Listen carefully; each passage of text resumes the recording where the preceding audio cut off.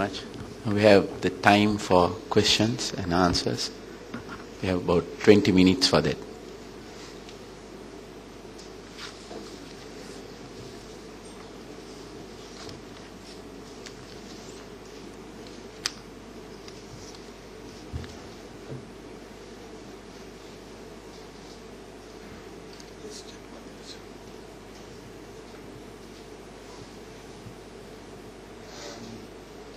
My name is Susanta Gunatilaka. I've been researching into ideology. Sorry. Okay. Right, yeah, okay. And I was slightly disturbed at the last speaker's admonitions. I think one aspect that she missed about militaries was the experience of China, where China transformed her armed forces into productive forces. This brings to the central issue of knowledge in the country, which I think Professor Rohan addressed in the morning, namely that the majority of the books out there in the external world on Sri Lanka, there are about 40 to 50. I did 2 books on these published by your country's Indiana University Press and also by SAGE, which shows that a gross distortion occurs on Sri Lanka. So my suggestion is that the defense forces here sponsor academic research within the university structures here, not biased forces, so that they can counter a lot of this misinformation going out, especially through NGOs, especially through Burghoff Foundation, which went in for exactly the type of attitude that this lady mentioned, namely of security sector reform brought in by outsiders.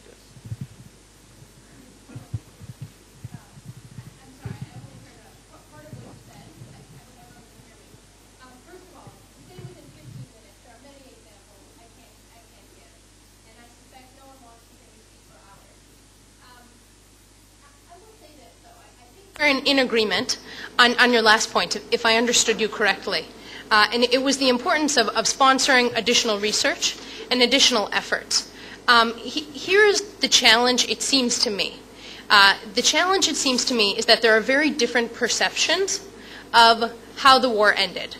And until there is a very serious dialogue between and amongst members of the international community, including the Sri Lankan government, my concern is that we won't be able to get past it. And I don't know what that dialogue should look like. I don't know if maybe it involves independent academics or scholars coming from other places to try to analyze the situation. I do know that there has been robust cooperation in the past, and it seems to me to facilitate it in the future, there are certain conversations that need to happen. And I don't know that we can get, it will be difficult, it seems to me in some ways, to move beyond some of these issues until such a dialogue takes place. So I hope as I said, I only heard part of your comments, but I hope I addressed that.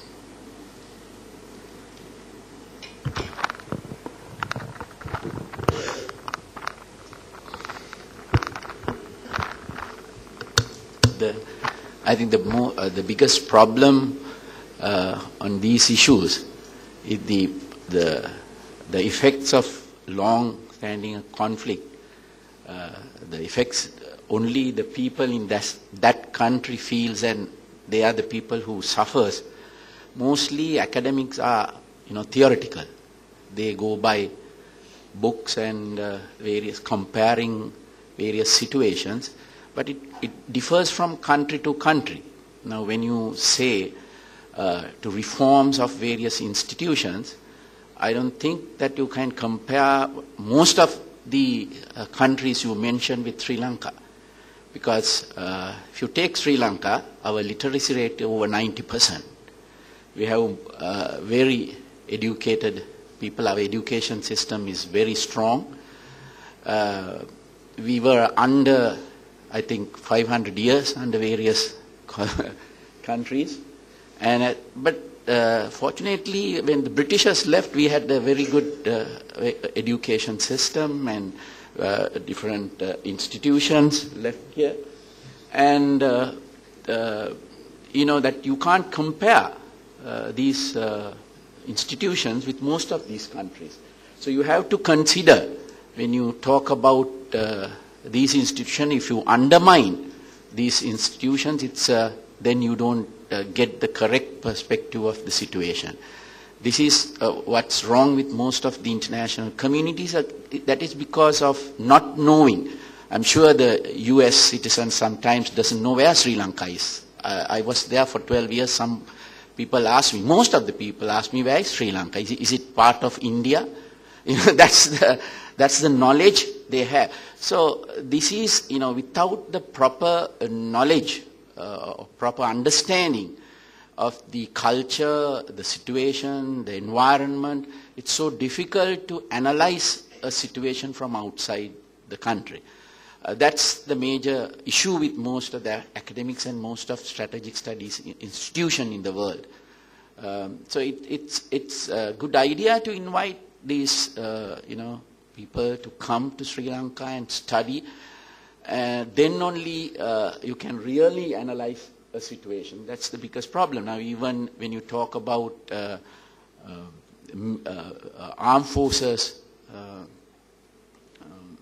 reforms, you know, it's not like it varies from country to country, because our military, 90% comes from the rural folks. They are coming from the villages. Now, if you send these people home, that creates a huge problem socially. You know, you can't just send people out like that. You know, you can't reduce the strength of the military like that, because it affects the rural economy. These people are the breadwinners for most of the villages. They're coming from the villages. So now, I mean, even in the military, you know, some doesn't want to remain in the military after a certain period. That's happening. That's normal. But it is the best way is if you want, you know, if the government decides one day to reduce, that has to be planned. You have to retrain these people to engage in other activities, vocational training, and put them into other areas. Otherwise, you can't just send people out from, you know, countries like Sri Lanka. So it depends again how long you want to maintain this strength. I mean, outsider can't decide that, okay, within 1 year you have to reduce this much. You know, after 2 years you have to reduce this much. That will not help. That you have to internally, the governments, the military have to reassess the threat, you know, the situations. And, you know, we suffered for 30 years. And the LTT is not a normal insurgent group. It's a vast, you know,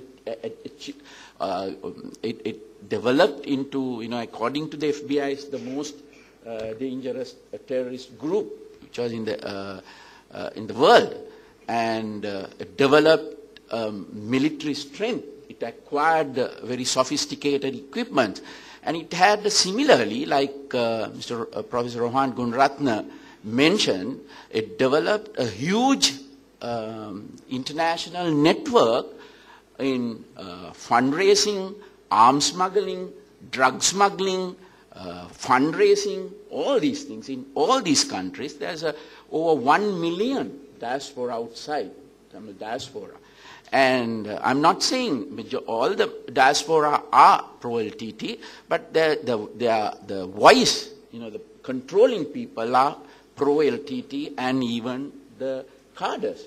And they are the people who can influence this diaspora. And with the latest developments of technology, I mean, these are easily can contact the remaining cadres in Sri Lanka. They can antagonize even the people who had been rehabilitated and reintegrated could be contacted by these people and direct according to achieve their ends. So it has to be, you know, the government, the military, the intelligence agencies has to decide on these threats And you have to reduce, as a government, as a country, it is normal that we want to bring normalcy as far as possible.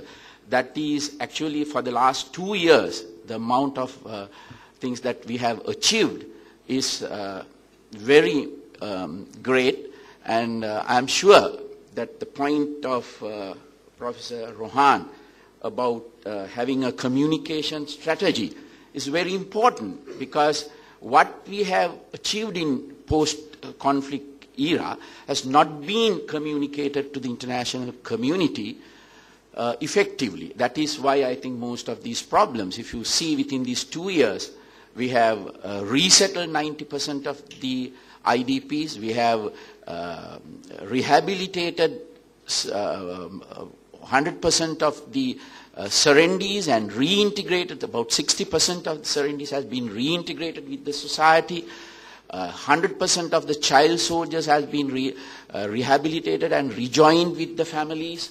70% of the demining has been completed. We have pumped in so much of money for the infrastructure development into the north and east. We have introduced the democratic. We have started the democratic process. We had several elections after the conflict. We had recently, as the minister mentioned, we had the local government elections. We selected the local level representatives.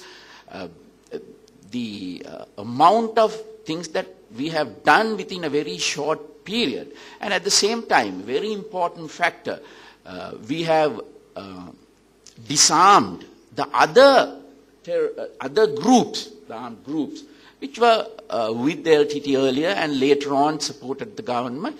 Immediately after the conflict, we were able to disarm those groups. It's a very important factor, and gradually transfer the day-to-day law and order issues to the police. It's a very difficult task because now we have recruited during this period. There were no recruitment from these areas, not because of anything else. The LTT did not allow these people to join police and the armed forces, but we aggressively we are trying to recruit policemen from these areas. And we have already recruited some from Jaffna and Batticlo in the east. We have posted them back to these areas. We have an aggressive program to teach Tamil into our police officers and the military officers. So all these things are happening, but we don't have a very good propaganda mechanism, communication gap. So that is why I think you can't do these things overnight. I mean, we went through this period, not a very 1 year, 2 year, 30 years long period, 2-3 generations when some people doesn't know what is living without terrorism. The main thing is we brought normalcy into this country, peace into this country. That we defeated terrorist organization, which most of the people thought that it's impossible to do. And that shows the ability, the commitment of the Sri Lankans. And I'm sure we can go ahead with the rest of the things that we do. And within a short period, we showed that it could be done. But the issue is, I'm sure, that some of the international community still lives on the past. I mean, these issues are not the issues for the normal people. If you go to the normal villager and if you ask, do you want to prosecute a Secretary of Defense? I don't think he doesn't understand what that means. That's not the issue. What is important is to identify what are the issues important to the people, to the population, not to the international community. The requirements of the international community sometimes is different from the requirements of the normal people, the citizens of this country. That is where the problem is, I think. Any more questions, please? If I could just add one thing. I would just like to add, I don't think anyone needs to hear from someone not from Sri Lanka about how bad the LTT is. I suspect everyone in this room knows that pretty well. I suspect everyone in this room also knows